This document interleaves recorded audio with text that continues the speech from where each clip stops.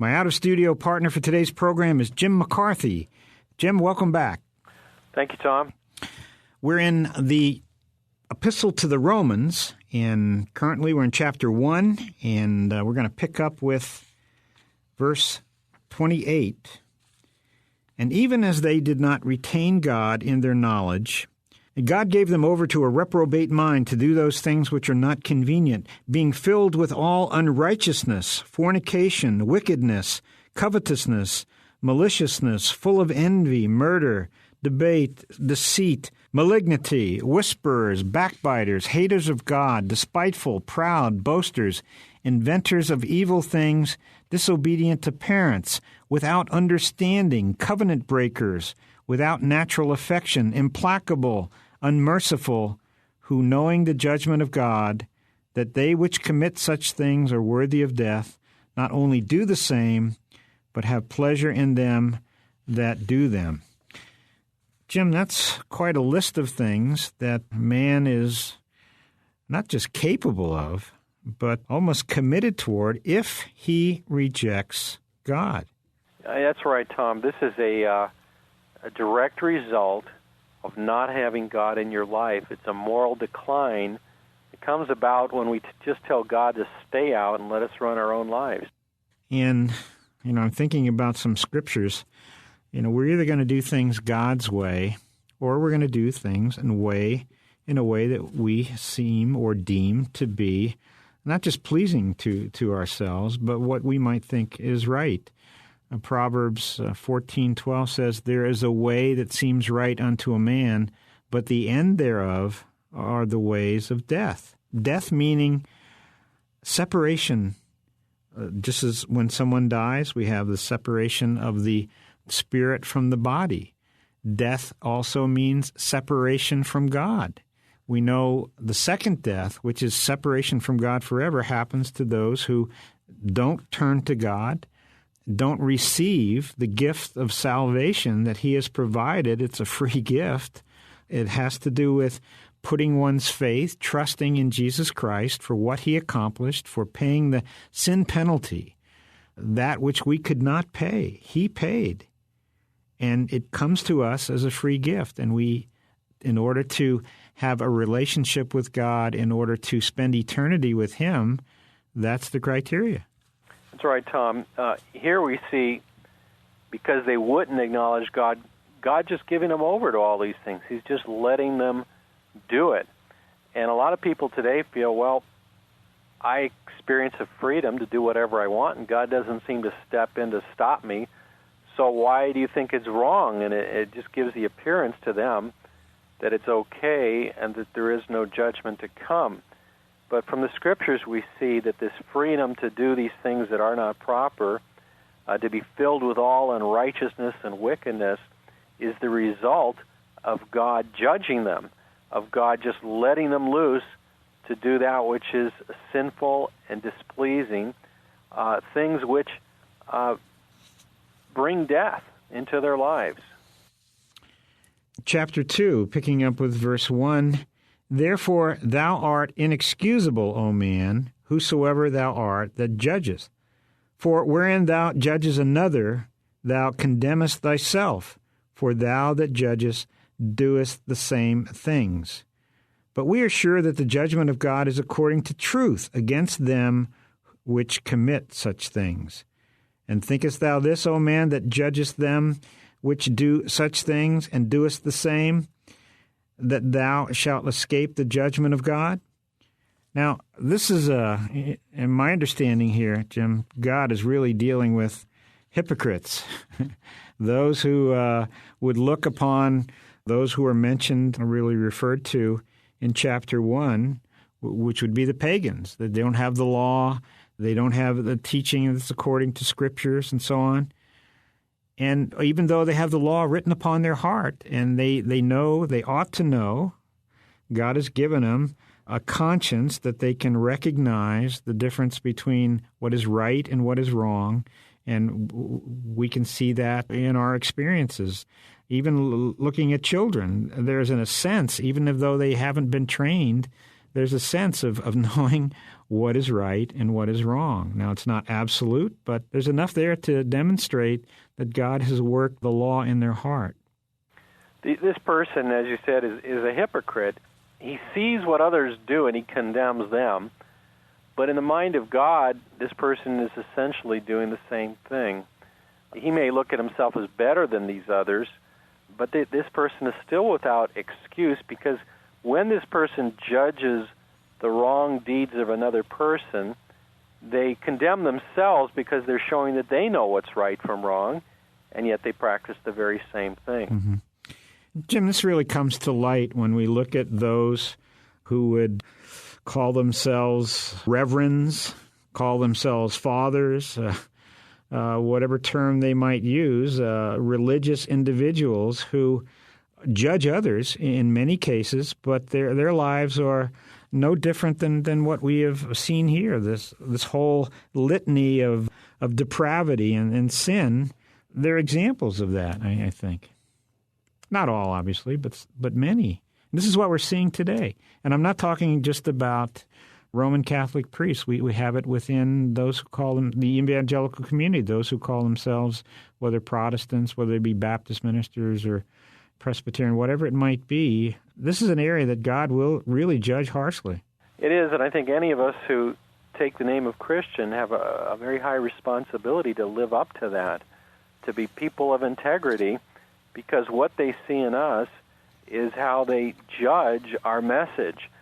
And I think that's why it's very important too, Tom, that when we present the Christian faith, we really need to present ourselves also as redeemed sinners. Mm-hmm. We're not Christians because we've lived a morally exemplary life and have reached some kind of level of purity that has given us this title, but rather having come to grips with the fact that we are sinners who have offended God and deserve death, we cast ourselves at his feet at the cross and cry out for salvation. And, it reminds me of the two men that Jesus spoke about in Luke 18 that went up to the temple to pray. And, one was a Pharisee, and he looked up to heaven, and he boasted of what he did. I fast twice a week, I pay tithes of all that I get, and so on. The other man was a tax gatherer, and he was just beating his breast and crying out to God, saying, God, be merciful to me, a sinner. He wouldn't even lift up his eyes to heaven. And Jesus said, I tell you, this man went down to his house justified rather than the other. For everyone exalts himself shall be humbled, but he who humbles himself shall be exalted. Right.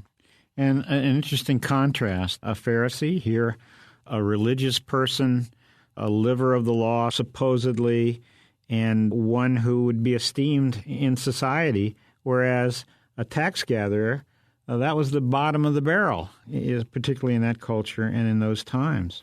This person here in Romans 2 is a person who's judging other people, mm-hmm. and he thinks that he's exempt, like that he's above others, and he doesn't need the forgiveness of God because he doesn't do all the degrading things these other people do. But that's his perspective. God's perspective is essentially this guy's doing the same thing, and rather than realizing God's grace towards him and patience towards him and repenting, he takes that for granted. He thinks lightly, it says in verse 4, of the riches of his kindness and forbearance and patience, not knowing that the kindness of God leads you to repentance. Mm-hmm. Jim, I wonder how Catholics today who grew up as we did pre-Vatican II, and maybe I shouldn't make that distinction, but most Catholics, they see what has gone on within the priesthood, how devastating it must be to them. But, Jim, there's nothing that has gone on and is going on today in the Catholic Church that we haven't read right here in Romans, and for these very reasons. I think it is especially shocking, though, when you see it in a priest, because according to Catholic theology, Tom, the priest should be the holiest person, since according to Roman Catholicism, holiness or sanctification is achieved through the sacraments, particularly the reception of the Eucharist. And since the priest does this on a regular basis, he's the person celebrating the Mass, he's the one who's had the sacrament of ordination, he should be the holiest of people, mm-hmm. because he has the most means or opportunity to receive what the church calls sanctifying grace, channeled through the sacraments, and with it actual grace by which you're supposed to be able to resist sin and do good acts. Now, when you see the opposite of that, when you see all of this pedophilia and cover-up, you do have to question not only the hypocrisy, but why don't the sacraments work the way that they claim they do? Mm-hmm. And somebody might be saying, well, wait a minute, I just read about this Protestant pastor and that evangelical pastor and so on and so forth. Well, nobody's denying that. But what I'm getting at here, it's a system here. And as we're reading in the press and in books that this sort of thing is running rampant within the Catholic priesthood, that's what's shocking. It is, and it's shocking when you see it with a Protestant minister. But within at least evangelicalism, we're not claiming that our ministers have greater access to the grace of God and therefore are somehow immune to these things. And secondly, we're not seeing in the same kind of numbers that you're seeing right now in Roman Catholicism. And they deny this has anything to do with their doctrine of celibacy, which keeps these men from having normal relations with a wife. But I think it's undeniable that the system is contributing to this huge number of people who have fallen into these degrading sins. These verses are addressing, as we mentioned earlier, hypocrisy. And, Jim, part of the problem here is that the Catholic Church recognizes that there is hypocrisy here. And that's been part of the problem. We've had cover-up because the Church did not want to reveal these kinds of things, I think, because they recognize that they should be above and beyond that. And for this to be exposed really undermines the church for what it claims to be, as you articulated, Jim.